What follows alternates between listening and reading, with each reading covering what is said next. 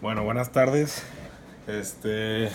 Probablemente no me van a poder ver, pero la verdad es que no tengo mucha ayuda para hacer el video, entonces voy a tratar de que se vea más la pantalla donde va a estar la presentación, para que lo puedan observar de la mejor manera por allá en el salón. Y pues bueno, por motivos de tiempo, la verdad yo ya no alcancé a presentar. La última presentación estuvo un poquito larga, entonces ya no dio el tiempo para que yo presentara ese día. Y pues yo tuve que salir de la ciudad por un compromiso. Se casa mi hermano el sábado y pues tuve que salir, entonces no voy a poder estar el viernes. Pero bueno, voy a tratar de hacer la presentación de la mejor manera para que pues le entiendan, y les sirva de algo, que sea pues bastante buena para todos. Entonces, el tema básicamente es la Unión Europea. Este, Puntualmente, o el tema específico sería si dicha unión puede ser un ejemplo de un Estado-nación. Ya más adelante vamos a ver por qué, y creo que a lo largo de la presentación, si la van viendo a detalle, se va más o menos entendiendo muy bien, para poder llegar al final y poder tomar una postura sobre si sí puede ser tomado como tal o no y por qué. Entonces, ya eso yo lo voy a dejar a criterio de cada quien. Yo les voy a dar más o menos la postura que yo tendría o lo que yo pienso, para complementarlo con lo que Felipe pueda opinar y lo que ustedes también. Entonces, primero les voy a dar un poquito, ay Dios, una disculpa, les voy a dar un poquito de contexto. Sé que ya todos probablemente llevaron la clase de la Unión Europea con Felipe. Evidentemente Felipe conoce muy bien la Unión Europea. Pero bueno, para refrescar un poquito todo en torno a este tema, vamos con los datos generales, ¿no? La Unión Europea como tal es una entidad geopolítica que, como dice ahí, cubre gran parte de Europa. Hay muchos países en la eurozona que no son miembros de la Unión Europea, pero pues esta unión cubre gran parte de ese territorio, por así decir. En términos prácticos es una unión política y económica única en el mundo. Realmente es un organismo supranacional, pues único. Digo, hay por ahí algunas otras uniones que pudieran ser, este, pues comparables en ciertos temas, principalmente económico, por decir Mercosur en Sudamérica pudiera ser, pero al final del día pues no son lo mismo. Actualmente hay 28 países miembros. Más adelante vamos a ver un poco cómo se fue conformando. Y pues bueno, desde los años 60, como les puse ahí, la Unión Europea estableció a Bruselas como la capital de la Unión, por así decir. ¿Por qué? Porque muchos de los organismos de la Unión pues estaban en Bruselas o están en Bruselas, y por ende pues también muchísimos funcionarios residen ahí o trabajan ahí gran parte del año. Entonces pues es básicamente como una capital para la Unión Europea. Por ahí digo algunos datos bastante más, a lo mejor no tan importantes, pero también interesantes, es que, como lo mencionamos el martes, pues el miércoles fue el día que celebra la Unión Europea, el 9 de mayo, fue el día que establecieron hace tiempo. Y pues bueno, por ahí, como se podrán fijar, la bandera tiene dos estrellas. La verdad, yo me acuerdo que en la clase de Europa vimos cuál era creo que venían de una iglesia, que no recuerdo muy bien. Ahí Philip probablemente les pueda contar esa historia. Me acuerdo que nos contó más o menos de dónde vienen esas estrellas. Pero el punto es que son 12, ¿no? Y hay un lema de la Unión Europea que es unidos en la diversidad. Ahí para que lo tengan en mente. Ahora, bueno, evidentemente la Unión está básicamente en Europa, en el continente europeo. Y en palabras muy simples, pues es una unión entre países y personas, ¿no? Aquí yo les pongo este mapa para más o menos ponernos como en contexto, ¿no? De cómo está el continente como tal. Ya todos lo conocen muy bien, probablemente ya se sepan la gran mayoría de los países, capitales y demás, pero bueno. Por un lado, digo, hacia el oeste, obviamente está el Atlántico, por acá colinda, por así decir, con los montes Urales. Para abajo, pues el mar Mediterráneo, y para arriba el océano Ártico. Y bueno, yo aquí les puse que son 500 millones de personas. Por ahí vi que había gente ya más, pues por así decir, ya con planteamientos un poco más recientes, que dicen que son como 600 ya. Pero bueno, yo le puse 500. La población ahorita está entre 500 y 600 millones de personas en toda la Unión Europea, entre todos esos 28 países. La historia, bueno, evidentemente es muy importante. Para muchos una historia de conflicto, para otros una historia de pues unidad.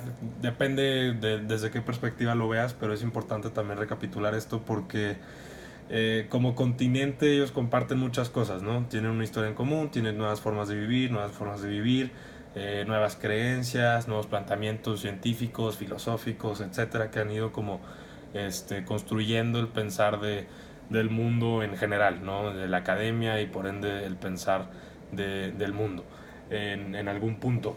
Y esto también al final del día, o así es como yo lo veo, por mucho tiempo generó como, pues por así decir, mucha división o mucho conflicto. Este, Digo, Europa no estuvo exenta de eso, así como en África o en Sudamérica o en Medio Oriente, como lo hemos visto en otras clases, pues ha habido esa historia de conflicto, reinos salen, reinos caen y todo ese tipo de cosas, hasta que llega ya más como un proceso unificador. Entonces Europa también tuvo muchísimo de esto, muchísimo pues conflicto, por así decir, por todas estas diferencias, o así es como yo lo veo. En parte todo este tipo de diferentes planteamientos pues venían a generar esa división y ese conflicto entre ellos. Este, y bueno, por decir, aquí yo les puse una pequeña foto de una iglesia de Madeleine en París, que está inspirada en un templo romano y está en París. ¿No? Es un poco cómo se fue moviendo todo este tipo de ideologías o planteamientos por toda Europa. Y bueno, ahora en cuanto a las lenguas, la verdad este dato no lo chequé, antes me lo sabía. Creo que tienen 25, 28 lenguas o menos. No me acuerdo si eran 25 o eran menos de 20, la verdad ahí se las debo, pero el punto es que tienen varias lenguas, evidentemente. Y bueno, parte de las lenguas europeas tienen raíces comunes, ¿no? Principalmente el griego antiguo y el latín, por decir Europa, y la palabra democracia vienen del griego y la palabra unión pues viene del latín, ¿no? Entonces por ahí son lenguas que tienen un lenguaje bastante similar o del mismo corte, por así decir. Y en arte y cultura, que es otro punto muy importante, principalmente en Europa, ¿no? Comparten muchísimo, ¿no? A lo largo de los siglos hubo nuevos estilos de música, arquitectura, literatura, y artistas por toda Europa, no necesariamente o no únicamente en Francia o en Italia o en esos países que tenemos más como presentes a la hora de hablar de arte y cultura, también en otros países como España, ¿no? Con toda la onda gótica y otras tantas cosas, en Polonia, Eslovenia, también en Alemania, Italia, Austria, Inglaterra, Reino Unido en general, hay todo ese como, pues, no sé si decir bagaje cultural y artístico, ¿no? Que los distingue. Y ahora vamos a la parte de las guerras. Como lo decía hace un poco más atrás de la presentación, pues obviamente en parte de la historia de Europa ha sido mucho el conflicto y ha sido mucho la división. Obviamente lo tenemos muy claro, digo, hubo dos grandes guerras en Europa, las guerras napoleónicas, etcétera, ¿no? Ha habido mucho conflicto en Europa y bueno, ese es uno de los, pues no logros que tienen, ¿no? Son hechos muy lamentables para Europa y para el mundo en general. Y pues bueno, un poco ver también eso, ¿no? Lo que les comentaba sobre la lucha entre las naciones en estas guerras. Y pues bueno, principalmente el siglo XX fue como el más determinante, evidentemente por las dos grandes guerras que hubo. La Primera Guerra Mundial, que fue la Gran Guerra, después la Segunda Guerra, que incluso fue mucho más destructiva que la primera. Y pues bueno, este tipo de situaciones fueron también contribuyendo en gran medida a que se fuera dando ese sentimiento de tenemos que cooperar y tenemos que hacer algo para, una, que esto no vuelva a pasar y pues para que las cosas se puedan dar de mejor manera en todos los ámbitos, no solo en la cuestión de seguridad común, sino también en cuestiones económicas, políticas, sociales, etcétera. Pero eso también viene un poco más adelante. Y bueno, el sentimiento que empezó a surgir era un poco sobre lo que les comentaba, ¿no? ¿Qué se podía hacer para impedir que este tipo de situaciones se repitan en el futuro? Ya que era como una tendencia que había estado en Europa. Y pues bueno, como dice ahí, ¿no? Si los europeos aprenderían en algún punto de la historia a trabajar juntos, y pues bueno, creo que sí lo han hecho, lo vamos a ir viendo también. Y pues bueno, pasamos ahora a la parte de la fundación. Este, Esto es muy interesante porque realmente la Unión Europea se fundó o se dio ese sentimiento de tener que hacer algo para cooperar y fundar esa unión, primero con dos objetivos muy simples que eran básicamente controlar lo que se requería para hacer la guerra.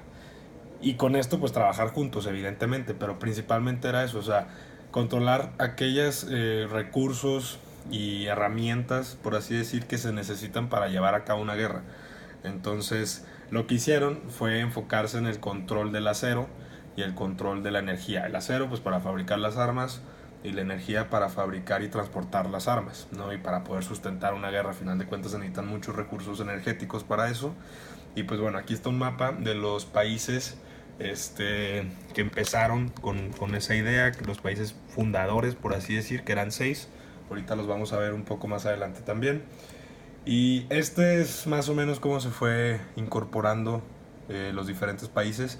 Ahorita yo voy a regresar un poco más adelante porque la verdad es que quiero tocar unos temas antes. Este mapa no supe si ponerlo antes o después, lo iba a poner al final, pero bueno. Aquí lo que les voy mencionando es, estos son los países que empezaron, ¿no? Alemania, Bélgica, Francia, Italia, Luxemburgo y Países Bajos fueron los que empezaron con esta unión que vamos a hablar ahora, que es la Comunidad Europea del Carbón y del Acero. Sí, estos 6 países empezaron con esto, deciden agrupar estas industrias de acero y del carbón y establecieron oficialmente la Comunidad Europea del Carbón y del Acero en el 51 con el Tratado de la Comunidad Europea de dicha unión que se firmó en París, ¿no? Y fue ese primer paso que se dio, que posteriormente, años ya más adelante, sería entonces la Unión Europea. Y bueno, ¿qué pasa después? Se dan cuenta que esto no nada más era en cuestión de seguridad y control de esos medios a través de los cuales se podía llevar a cabo una guerra. Se dan cuenta que necesitaban cooperar en muchas otras cosas y uno de los primeros ejes en los que deciden cooperar, aparte de los que ya tenían, era la cuestión económica. Entendieron muy bien que pues tenían que dar ese paso, ¿no? Entonces se crea entonces la Comunidad Económica Europea. Este, y bueno, aquí yo les puse una foto, que es cuando en el 85 adoptan la bandera europea con sus 2 estrellas amarillas. Y pues bueno, ese es un dato un poquito ahí, un fun fact. Y bueno, ¿qué es lo que buscaban? Era básicamente fomentar el comercio. Esto ya era más en términos de, como pues el nombre lo dice, ¿no? En términos económicos, derribar barreras arancelarias, fomentar el libre comercio, el control de las fronteras, el derecho a aduanas y todo esto en conjunto con, por ende, la creación de un mercado común. Que por decir, cuando hablábamos de Mercosur hace un ratito, pues es lo que ellos tienen, ¿no? Ellos también tienen un mercado común, pero en muchos otros temas no cooperan. Ahí es una unión un poco ya más económica y la Unión Europea es otra unión por completo, ¿no? Muy diferente.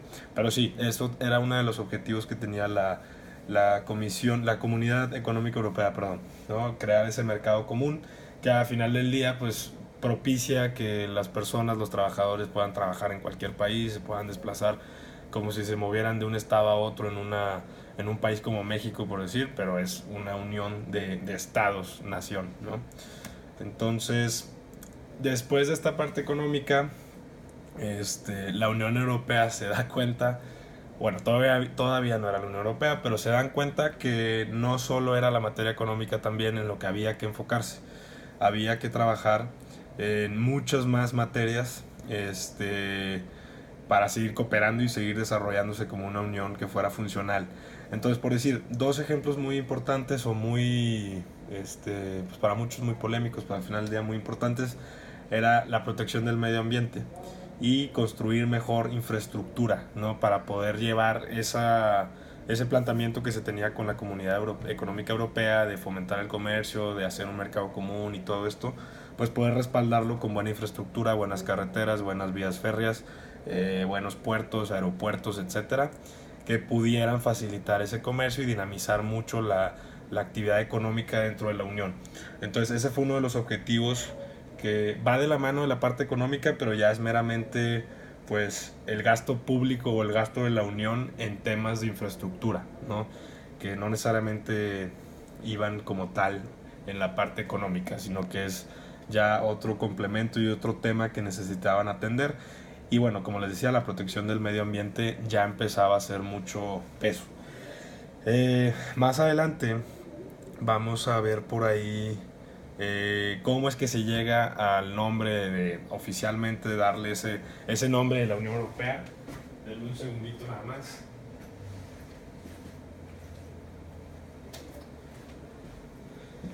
ahí una disculpa, pero bueno, ahorita les voy a platicar un poquito de eso también. Ya después la Comunidad Económica Europea decidió cambiar el nombre a la Unión Europea oficialmente. Aquí yo les puse una foto que se me hace muy interesante y es bastante conocida, que es el puente finalizado entre Suecia y Dinamarca, que se finalizó en el 99 y pues que conectaba ambos países a través del océano, por la parte del océano con mucha mayor facilidad, y esto pues era un poco lo que platicábamos sobre la infraestructura que ayudaba pues a mejorar la actividad económica entre los miembros de la Unión. Entonces, no lo puse en la presentación, pero bueno, como quiera se los platico. Por ahí, en el 92, si no me equivoco, fue cuando se dio el Tratado de Maastricht o Tratado de Europa, que pues en términos simples es como el tratado fundacional de la Unión. Es cuando oficialmente se da el nombre de la Unión Europea, y por ahí entre los 80s y los 90s, bueno, entre los 80s y 2003 se dio la adhesión de muchísimos países. Entonces, miren, si nos vamos un poquito para atrás, bueno, un poco antes de los 80, en el 73 entra Dinamarca, Irlanda, Reino Unido. Que Reino Unido, de hecho, yo me acuerdo que por ahí Philip nos platicó en la clase de Europa. Si no me equivoco, ellos iban a entrar desde un inicio a la Unión Europea, o era la idea que entraran, pero como que se rehusaron, como que no les llamó mucho la atención, como que se pusieron por ahí un poquito sus moños y no quisieron. Ya en el 73 ahora sí ya entraron oficialmente. Y bueno, en el 81 entra Grecia, en el 86 entra España y Portugal. 95, ya un poco después de que se firmó el Tratado de Maastricht, entra Austria, Finlandia y Suecia. Y bueno, en 2004 es cuando se da la llegada o la adhesión de muchísimos países como nunca se había visto en la Unión Europea. Si se pueden fijar un poquito, esto coincide un poco con ya los años posteriores o post Guerra Fría, cuando ya cae el muro de Berlín, y que por ejemplo muchos países que eran parte del pacto de Varsovia lo primero que hicieron fue: ahora vámonos con la OTAN y vamos a adherirnos a la Unión Europea para tener todas esas garantías económicas, políticas, sociales, pero también de seguridad, ¿no? Por decir, la OTAN, pues estando ahí ya tienen una garantía muy fuerte, a pesar de ser países algunos muy chiquitos con ejércitos pequeños, pues tienen el respaldo de otros tantos países, otros más de 20 países, que en caso de guerra o en caso de tener alguna agresión, pues todos ellos van a responder. Entonces, muchos países que solían ser parte de ese pacto de Varsovia, pues luego se adhirieron en esos posteriores años a la Unión Europea y a la OTAN. Por ahí está Chequia, Chipre, Eslovaquia, Eslovenia, Estonia, Hungría, Letonia, Lituania, Malta y Polonia, ¿no? Y en el 2007 fue Bulgaria y Rumania. El último que tuvo su adhesión a la Unión Europea pues fue Croacia hace 5 años. Y bueno, hay otra cosa que no les puse, fue el tema de Turquía, que también me acuerdo que lo vimos en esa clase, que era muy polémico porque los turcos llevan creo que casi 18 años tratando de entrar a la Unión Europea y no los dejan. Por ahí hay varios capítulos que tienen que ser negociados, y pues literalmente entre ambas partes para poder como acordar en cada uno de ellos como por así decir, un acuerdo unánime. Y en todos tiene que ser así, con alguien que diga que no, ya valió. Entonces es un caso muy polémico el de Turquía, porque hay creo que más de 2 millones de migrantes turcos en Alemania.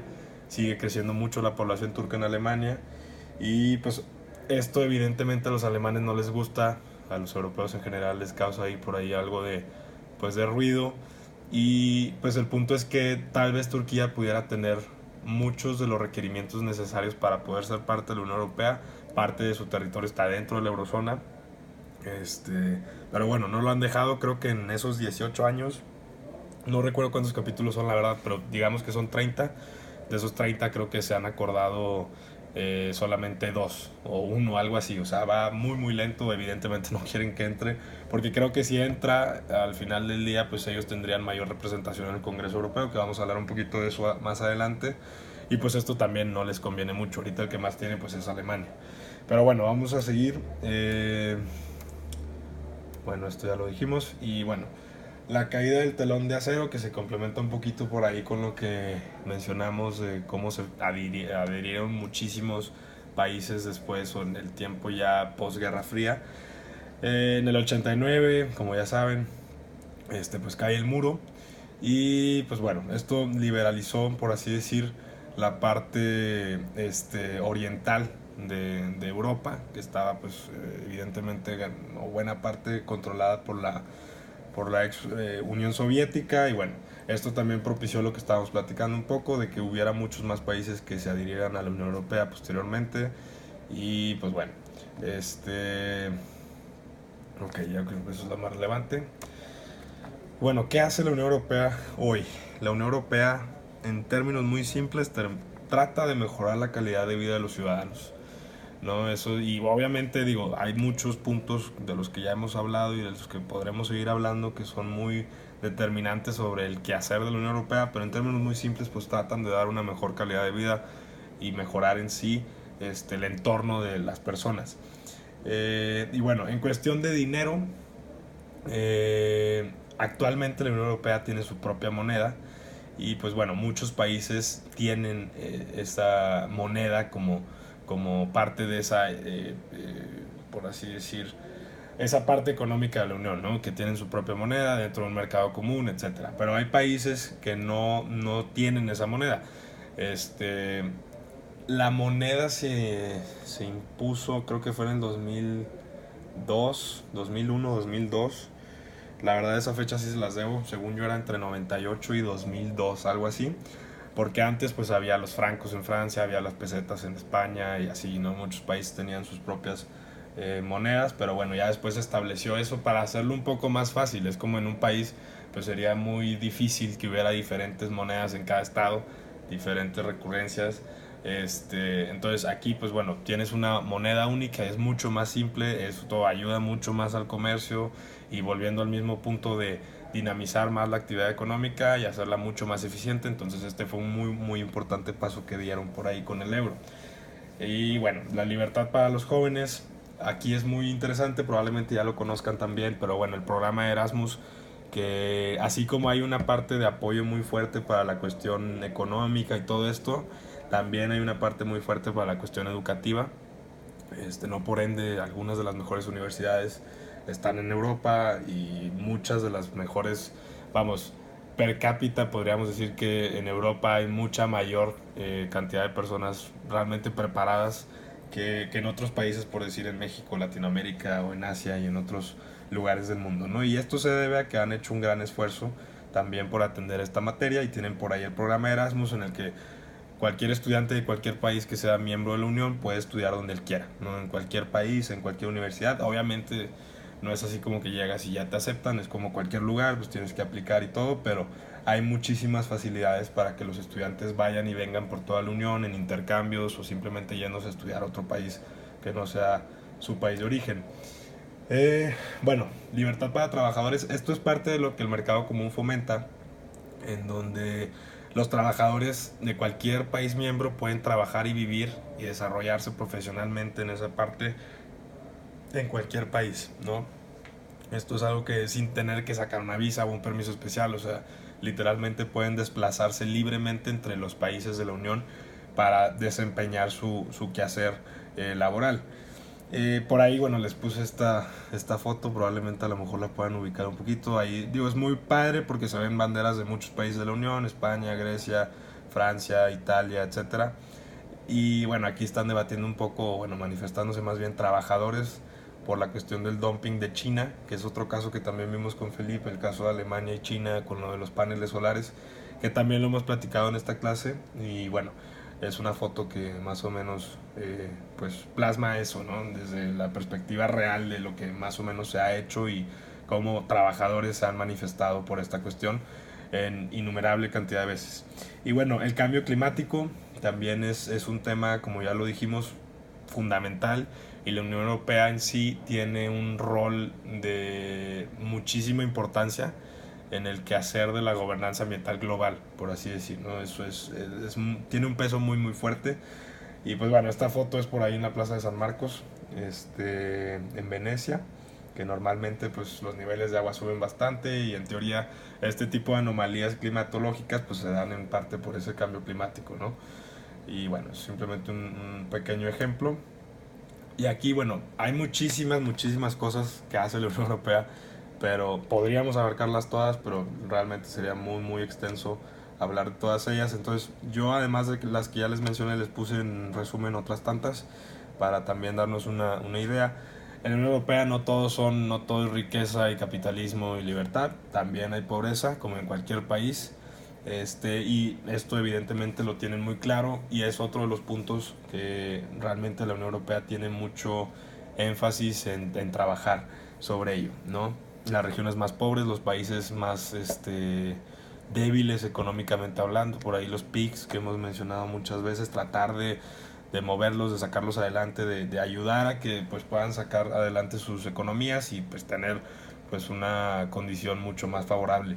Y bueno, hay también políticas de vecindad que lo que buscan es simplemente, pues literal como una vecindad, en que pues nuestros vecinos, ¿no?, externos o que se encuentran, por así decir, en lugares aledaños, países aledaños a la Unión, pues tratar de llevar la fiesta en paz, ¿no? Es básicamente lo que buscan en todos los sentidos, ¿no? Tienen sus políticas de vecindad a través de las cuales pues buscan esto, ¿no?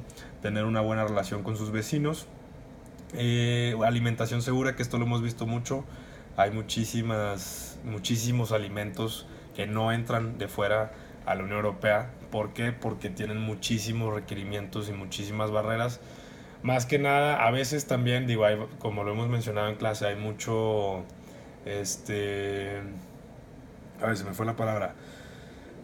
Bueno, X, el gobierno pone a veces mucho dinero para apoyar al comercio local, al mercado doméstico de los países. Hablamos del tema del maíz por ahí también, hablamos del tema, si no me equivoco, del aguacate en España. Varios temas que mencionamos en los que gobiernos de la Unión Europea pues dan bastante dinero para poder evitar que pues ese mercado o esa economía doméstica pues se desplome, ¿no? Porque es muy difícil competir con los precios que pueden manejar, por decir, en aguacate los mexicanos a los precios que van a manejar, por decir, no sé, en España. Entonces, aparte de esto, es muy importante lo de los requerimientos que tienen, ¿no? Así como vemos en los aparatos electrónicos que algunos o la gran mayoría traen una E por ahí que representa, es como una especie de sello de la Unión Europea que avala que ese producto puede entrar, y los productos que no lo tengan, que hay muchísimos, no pueden entrar. Entonces, así como hay muchísimos requerimientos para ese tipo de productos, también hay muchísimos requerimientos para la parte de la alimentación, y esto lo único que busca